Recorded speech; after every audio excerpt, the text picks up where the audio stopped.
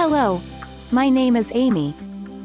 And together, we are going to simplify complex information through a variety of media. At Karmic Business Solutions, we are inspired by the power of comprehension. Our purpose is to be a creative source in a world that is diverse and original to each person. Welcome to our workplace safety training. Today's training is about hazardous substances. We will look at the proper use, handling, storage, and response to hazardous spills and the management of hazardous waste. The objective of this training include the following elements: identifying hazardous substances, reading and understanding a MSDS, which is short for a material safety data sheet, reading and understanding symbolic warning signs, demonstrating proper use, proper handling, proper storage, and applying recommended treatment method in case of a first aid incident. Then lastly, responding to spills. Let's have a quick look at the definitions. What is a hazard? It is a situation that poses a level of threat or risk to life, health, property, or the environment. What does hazardous mean?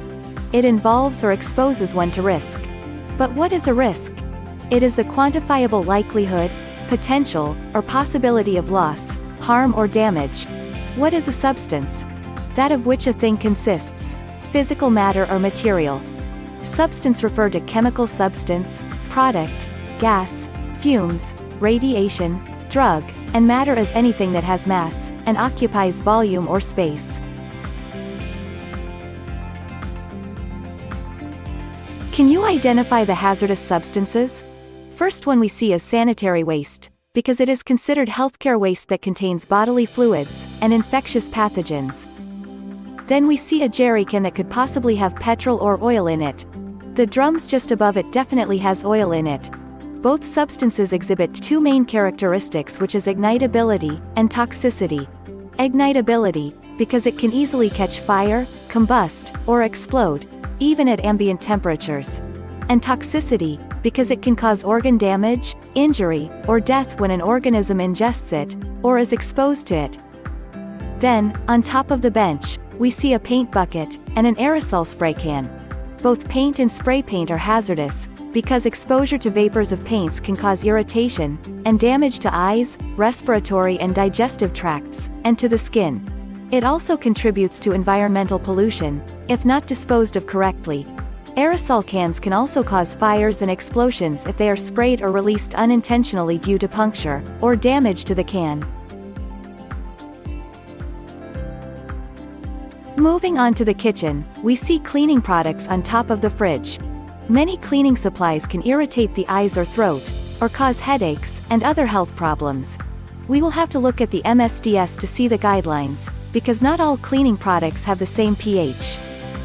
We can also see some medication being stored with sugar and other cleaning products. It is important to note that medicine should not be freely available for anybody to use. We have no idea if anybody is allergic to certain medicine, and if somebody takes too much, it will be disastrous.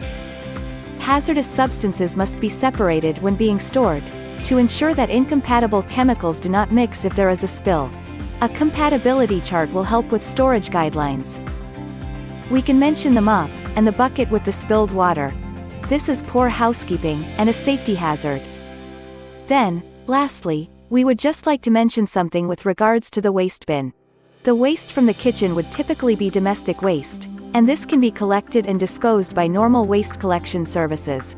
But, hazardous waste must be collected by an approved service provider, who specializes in the correct and safe collection, transport, and disposal. They provide waste disposal certificates to give you assurance of their compliance. Auditing these service providers is highly recommended, because of the cradle-to-grave principle.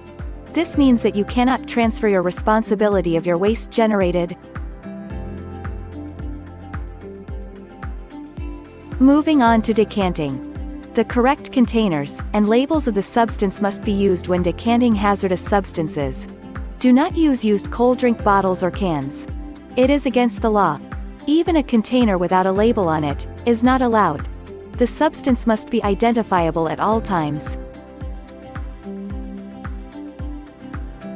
Why do we have to be able to identify the substance? It is important, because we need to be able to identify the characteristics. And this is defined on the MSDS. Remember when we spoke about the cleaning products on top of the fridge? We mentioned a MSDS. A MSDS is a document that contains information on the potential hazards of the substance, and how to work safely with the product. The MSDS contain information on the use, storage, handling, and emergency procedures related to the substance. Labels do not have all the information on it, and that is why the MSDS should be nearby at all times. The MSDS can be obtained by the supplier of the product. And remember, everybody who works with the hazardous substance must be trained on the MSDS, so that they know what to do in emergencies. The last topic to discuss is about symbolic signs. We have shown you a few of the signs when we were identifying hazardous substances. Here are a few more. We spoke about a substance being flammable or toxic. You will also see toxic fume and flammable together. This means that the flammable fumes are toxic. There is the corrosive warning, which means that the product will burn your skin or eyes if touched. The prohibited sign indicates that the product must be kept away from open flames. And the mandatory signs are for PPE, which is short for personal protective equipment. These signs indicate that you must use a respirator when handling the product, as well as gloves. Remember to use the correct PPE. This information is on the MSDS. It is also important to train the individuals on the correct use, storage, maintenance, and disposal of PPE. We are at the end of our session. Here are a few general rules.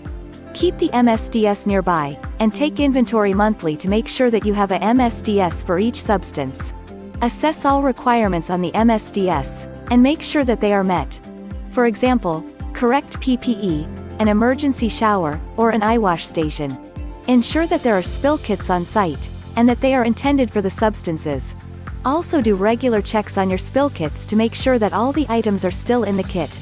Lastly, dispose of the hazardous waste, including the containers, correctly.